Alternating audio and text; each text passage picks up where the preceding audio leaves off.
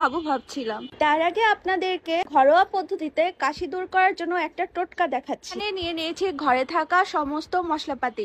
এখানে নিলাম আদা, দারচিনি, এলাচি, লবঙ্গ আর গোলমরিচ। লাগবে লেবু। ও লেটস গেট স্টার্টেড। লেবু বাদে সমস্ত উপাদানগুলোকে এই শিলপাটার মধ্যে খুব ভালো মতো ম্যাশড করে নিতে হবে, বেটে নিতে হবে খুব ভালো মতো। এখানে আমি সমস্ত উপাদানগুলোকে একদম ভালো মতো ধুয়ে নিয়েছিলাম আগে থেকেই, আর পাটাটাকেও খুব ভালো মতো